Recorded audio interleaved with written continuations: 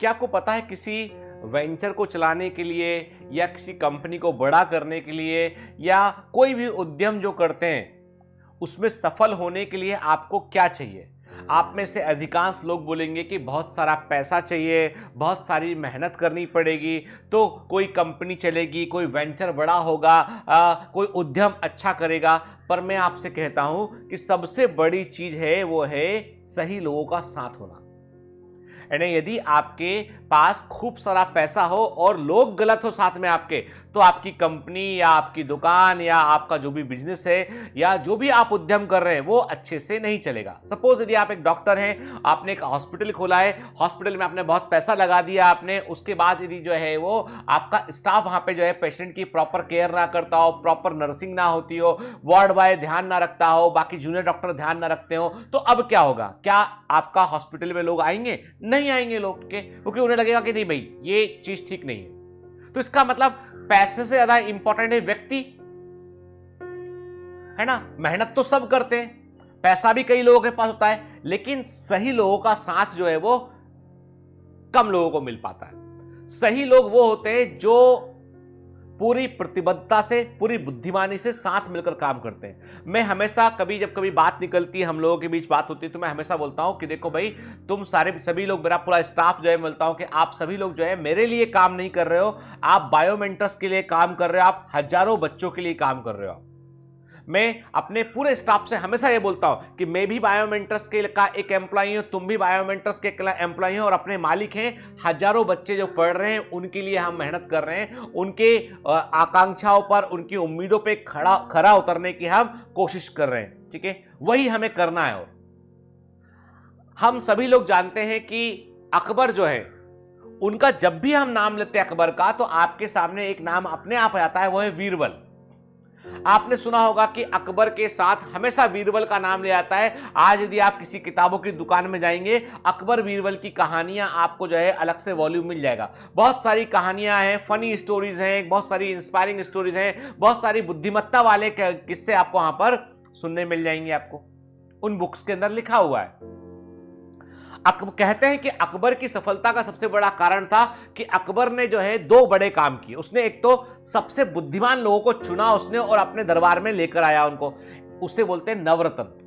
यानी अकबर के दरबार में जो है वो सभी मुस्लिम लोग नहीं थे, कई हिंदू लोग भी थे जो अपनी अपनी व्यवस्था को अच्छे समझते थे। वो राजा टोडरमल की बात करें हम, बीरबल की बात करें हम, ये ऐसे कई, उन्होंने ना जात देखा ना धर्म देखा, उन्होंने देखा बुद्धिमान है या नहीं है, काम कर। ऐसे नवरत्न को उन्होंने इकट्ठा किया। तो अकबर जो है उनके बारे में कहा था कि नवरत्न थे उनके पास। दूसरा क्या था कि वो अपने जब कभी किसी पे हमला किया, कोई विरोधी राजा है, लड़ रहा है, लड़के वो हार गया, तो हारने के बाद राजा का वो सम्मान करते थे और उसको जो है वो राज करने का बोलते थे, तुम मेरे अंडर में काम करो, ठीक है, इतना सा बच्चा चाहिए मेरे को। तो उन्होंने यथोचित सम्मान भी दिया उन लोगों को। किसी को हम रिस्पेक्ट देते हैं, बुद्धिमान लोगों को अपने साथ जोड़ते हैं, तो सफल तो होंगे ही होंगे। अब अकबर के का एक किस्सा यहां पर याद आता है कि एक बार क्या हुआ कि अकबर के दरबार में कोई एक सैनिक था।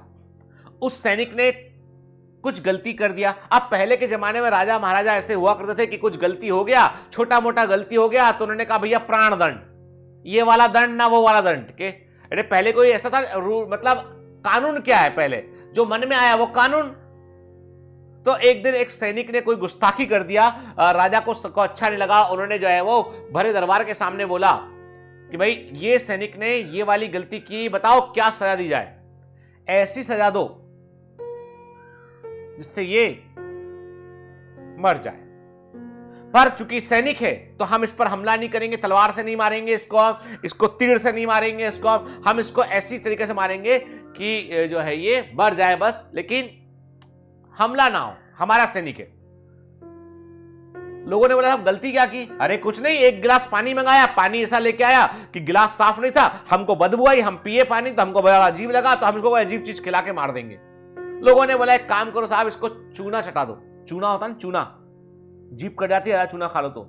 आधा सेर मतलब 200-250 ग्राम चूना खा लेगा ये, तो उसके बाद अपने आप मर जाएगा, पेट फट जाएगा, अंदर जो है वो जीभ, चूना ज्यादा खाने पे जीभ कट जाती है लोगों की, तो अंदर की नलियां कट जाएंगी, मर जाएगा आदमी। इसने आपको गलत गिलास में पानी लाके दिया, बदबू आया पानी में, आपको गंदा लगा पानी, इसको अपन गंदी से चूना चटाते, कोई स्वाद नहीं, देखो अब फिर देखते हैं। फिर राजा ने कहा ऐसा काम करते। उस सैनिक को बोला जाओ अपनी मृत्यु का प्रबंध तुम खुद करो, जाओ आधा शेर चूना लेके आओ। पहले शेर जो होता है सरोते वाला सा शेर, आधा शेर, अब कितने ग्राम होता मुझे नहीं मालूम, लेकिन वो बड़ी क्वांटिटी थी, वो चूना लेके आओ तुम, और कल सुबह दरबार में तुम्हें खाना है वो हमारे सामने, नहीं तो हम तुम्हारे परिवार को सफाया कर देंगे। धमकी भी बड़ी बड़ी होती है, भाग ना जाए आदमी, कहां भागेगा रातों रात आदमी।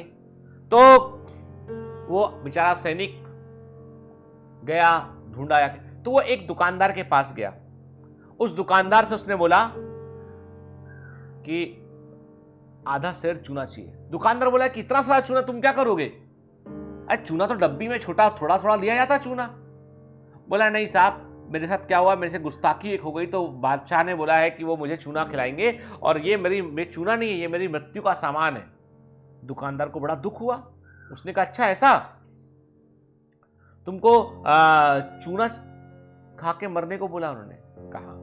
उसने कहा एक काम करो, तुम अभी घर जाओ, अपने एक लोटा लेके आओ, हम चूना पैक कर रहे हैं, एक लोटा लेके आओ, हम और थोड़े पैसे लेके आना, हम तुमको घी भी देंगे, तुमको हम आधा शेर घी देंगे, तुम पहले घी पीना, उसके बाद तुम जो है वो दरबार जाना और फिर चूना पी लेना, इससे तुम्हारे प्राण बच जाएंगे।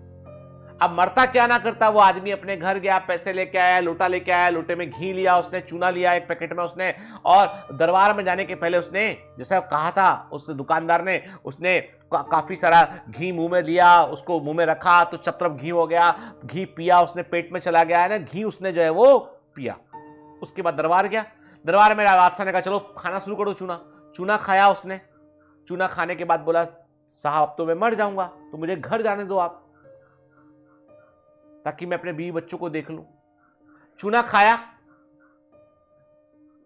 घर गया, जब घर पहुंचा तो उसको वॉमिट हो गई, उल्टी हो गई उसको, वॉमिट, पूरा चूना बाहर निकल गया, उसके प्राण बच गए। क्यों? क्योंकि वो जो घी था, उस घी ने उसके पूरे मुंह में एक कोटिंग कर दिया, पूरे इंटेस्टाइन में, पूरे स्टमक में, सब तरफ घी था। तो घी के ऊपर चूना जो है, चूना चूंकि वाटर बेस्ड होता है, चूना होता है वाटर बेस्ड, जब उसने लिया चूना तो वो घी के ऊपर काम नहीं कर पाया चूना, तो उसकी आंतें कटने से, उसकी जीभ कटने से बच गई, और वॉमिट कर दिया उसने, हाथ डाला और वॉमिट कर दिया उसने, सब कंटेंट बाहर। पीछे तालू में हाथ डालने पर वॉमिट आता था, वॉमिट कर दिया उसने, सब कंटेंट बाहर हो गया, बच गए प्राण। अब ये बात बादशाह को मालूम चली 2 दिन बाद कि भैया वो तो जिस सैनिक ने चूना खाया वो तो बच गया। बची आदमी तो बच नहीं सकता, कैसे बचा? बुलाओ उसको, भाई हम नहीं मारेंगे उसको, उसकी सजा पूरी, उसको तो ये कहा गया चूना खा ले, हमने मारने की बात है, हमने कहा अपने आप मर जाएगा वो तो, हमने मारने का बोला ही नहीं, हमने तो चूना खाने को बोला। तो बादशाह ने बुलाया दरबार में, बोला भैया कैसे बच गए तुम? तो बोला कि साहब वो दुकानदार के पास गया था मैं बादशाह, तो उन्होंने बोला हुजूर कि तुम घी खा के चूना खा लेना, तो ये घी की कोटिंग बन जाएगी अंदर, तो तुम्हारे पे चूना काम नहीं करेगा। दुकानदार को बुलाओ, कौन है भाई ये इतना बुद्धिमान, हमको पता ही नहीं अभी तक। तो दुकानदार को बुलाया, दुकानदार का नाम महेश दास। क्या नाम? महेश दास। तुम ही दुकानदार हो? हाँ साहब मैं ही दुकानदार। बोले तुम कल से मेरे दरबार में आओगे, तुम बहुत बुद्धिमान आदमी हो, और कल से तुम मेरे दरबार में आओगे और तुम्हारा नाम होगा बीरबल।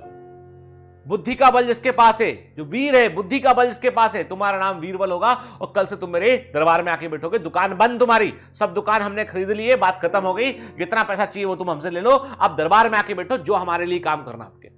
और यहां से अकबर बीरबल की शुरुआत होती है, समझ गए ना आप, बीरबल की। तो ऐसे अकबर ने भी लोगों को ऐसे देखा कौन कौन बुद्धिमान है, उनकी प्रतिभा को समझा और अपने दरबार में जाकर जोड़ लिया। ठीक है, तो हमें भी टैलेंटेड लोगों की कदर करना चाहिए, जो बुद्धिमान लोग हैं। मेरे को कई बच्चे बड़े अच्छी अच्छी एडवाइस देते हैं, उन बच्चों से मैं एडवाइस देता हूं, अपनी टीम को बतलाता हूं, बच्चे कहते हैं कि सर ऐसा कर दें तो ऐसा होगा। अरे आज जो बायोमेंटर्स का पूरा ऐप जो बना है, एप्लीकेशन बना है, उसमें बहुत सारे बच्चों के इनपुट है, बहुत सारे बच्चों के इनपुट उन्होंने बोला सर ऐसा चाहिए, सर हमको कुछ ऑडियो बुक चाहिए, हमको ये चाहिए, हमको वो चाहिए, सब कुछ तैयार किया गया। सर हमको एनालिटिक्स चाहिए, हमको सपोर्ट चाहिए, हमको जो है एक हमें कोई देखने वाला चाहिए, कमांडो कमांडर, तमाम चीज जितनी चीजें हैं वो सब और सब ऑन डिमांड क्रिएट की गई है। जिंदगी में हमेशा सही सलाहकार की वैल्यू समझना। कोई भी धंधा, बिजनेस, कोई भी वेंचर बगैर सही लोगों के आगे नहीं बढ़ सकता है। सही लोगों का साथ चाहिए होता है। पैसे का होना सेकेंडरी है, मेहनत सब करते हैं। तो आज का टेक अवे क्या है? बुद्धिमान लोगों की कद्र कीजिए, उनसे संबंध बनाकर रखिए, उनको अपने पर्सनल जो गुड बुक्स होती है अपने पास, जो एक होता है ना कि कुछ क्लोज फ्रेंड होते हैं हमारे पास, उस लिस्ट में शामिल रखिए उनको। आपके साथ हमेशा अच्छा ही होगा और आप किसी मुसीबत में यदि फंसते हैं तो आप जल्दी बाहर निकल आएंगे, और दूसरी बात ये फंसेंगे ही नहीं आप, क्योंकि आपको पता होगा सही एडवाइस आपके पास होगी। Have a great day, all the best, bye bye.